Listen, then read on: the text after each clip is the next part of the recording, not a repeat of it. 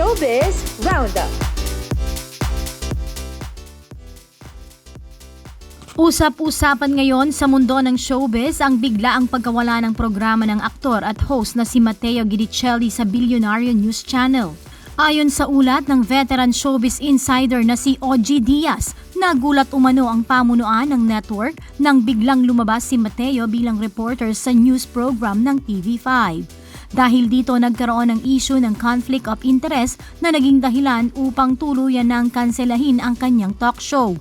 Nilinaw naman ni OG Diaz na maayos at formal na nagpaalam ang aktor sa mga opisyal bago niya ginawa ang naturang proyekto. Ayon pa sa pahayag ni Matteo, labis ang kanyang pasasalamat sa mga nakasama niya sa maikling panahon at ayaw niyang magsunog ng tulay dahil maliit lamang ang mundo ng industriya.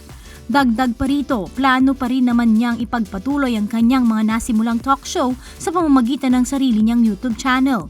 Inihayag din sa parehong ulat na nananatiling matatag ang pagsasama ni Matteo at ang kanyang asawang si Sarah Geronimo.